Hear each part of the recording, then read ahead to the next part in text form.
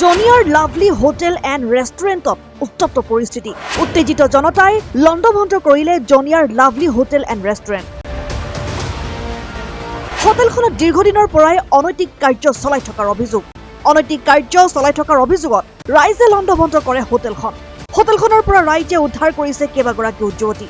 মানে আমাৰ জনিয়াত দুটাকৈ ধাবাৰ নামত চলি আছে প্ৰষ্টিটিউটৰ ব্যৱসায়। সঁচাকে এইটো লজ্জাৰ বিষয়।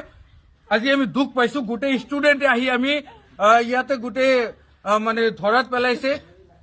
ৰুমত মানুহ সোমাই আছে আৰু বাহিৰৰ পৰা ছোৱালী আনি পেলাই এটা ডাঙৰ এটা ৰেকেট ইয়াতে চলি আছে। এই ৰেকেটটো ভংগ কৰিব লাগে। মই জিলা প্ৰশাসনক অনুৰোধ জনাম যে আমি ষ্টুডেণ্টৰ যিমান সমাগম ইয়াতে হৈছে, আজি আমি লজ্জিত যে ষ্টুডেণ্টে আহি পেলাই ইয়াতে ভাঙিব লগা হৈছে।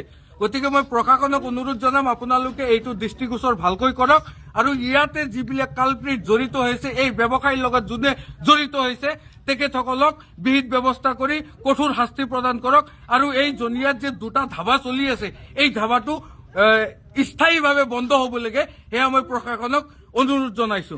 লগতে আপোনালোক সকলোৱে আমি সজাগ হ'ব লাগে যাতে এনেকুৱা কাম জনিয়াত বুলি নহয়, বৰপেটা জিলাত বুলি নহয়, অসমত ক'তো যাতে নহয়। মই সকলোকে অনুৰোধ জনাইছো, আপোনালোকে এইটো বন্ধ কৰাৰ ক্ষেত্ৰত আমাক সহায় কৰক। ধন্যবাদ।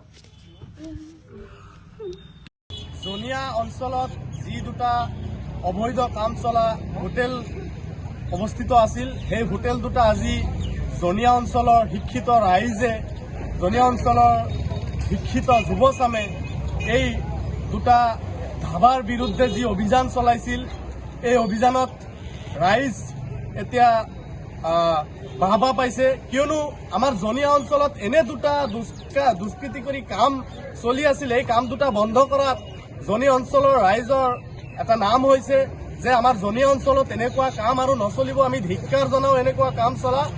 আপোনালোকে চাব পাৰিছে যে ৰয়েল গেলাক্সি এটা হোটেল, তাৰপিছত আৰু এটা আছে লাভলি, এই দুটাত যি অবৈধ কাম চলে, ভিতৰত আপোনালোকে আহিলে গম পাব বিচনাৰ ভাল ব্যৱস্থা আছে, ছোৱালীও আছে, কেৱল আপোনাকহে মাতিব, আপুনি আহি কাম কৰি গুচি যাওক। তেনেধৰণৰ কাম এই জনিয়া অঞ্চলৰ যি দুটা ধাবা আছিল, এই ধাবা দুটাত চলিছিল। আজিৰ পৰা আমি সকীয়াই দিছো এনেকুৱা মনোভাৱ ৰখা মানুহক যে এনেকুৱা কাম যাতে জনিয়া অঞ্চলত নহয়, আৰু যদি কৰিব বিচাৰে এনেকুৱা অৱস্থা তেওঁলোককো কৰিব আমি সাহস কৰিম। আজি আপোনালোকে দেখিব পাৰিছে হাজাৰ হাজাৰ ৰাইজ আহি এই জনিয়াৰ যি দুটা অবৈধ ধাবা চলি আছিল, এই অবৈধ ধাবা দুটা আজি বন্ধ কৰি দিয়া হৈছে। ভিতৰত যি বস্তুবিলাক আছিল চব ভাঙচুৰ কৰি দিয়া হৈছে। ইয়াৰ পিছত যাতে তেওঁলোকে সাহস নকৰে জনিয়া অঞ্চলত এনেকুৱা কাম চলাব। মই বিশেষকৈ ৰাইজক এটাই আবেদন জনাম, আপোনালোকে সজাগ হওক, যাতে আমাৰ অঞ্চলৰ নাম হয়, আমাৰ অঞ্চলৰ নাম যাতে বেয়া নহয়, সেই হিচাপে কাম কৰি থাকক। আমাৰ জনিয়াত দুখন ধাবা আছিল, ৰেষ্টুৰেণ্ট বহুকেইখন আছে। আমি সাধাৰণতে ৰেষ্টুৰেণ্ট বুলি ক'লে জানিবলৈ পাওঁ যে তাতে ভাল বস্তু খাবলৈ পায়, খোৱাৰ কাৰণে সকলোৱে আহে। কিন্তু আমি আজি ইয়াতে স্থানীয় ছাত্ৰ ছাত্ৰী, স্কুল কলেজ আৰু যুৱ বন্ধু সচেতন মহলে ওলাই আহি এটা অভিযান চলাইছে আৰু ভিতৰত দেখিবলৈ পাইছে যে ছোৱালীসকল আৰু এওঁলোকৰ অনৈতিক কামৰ কাৰণে বাহিৰৰ পৰা অনা হৈছে, অসমৰ বাহিৰৰ পৰা অনা হৈছে। আৰু তেওঁলোকৰ ভাড়া আপুনি গ'লে ফিজ এটা দিব আৰু তেওঁলোকৰ লগত অনৈতিক কাম কৰিব পাৰিব।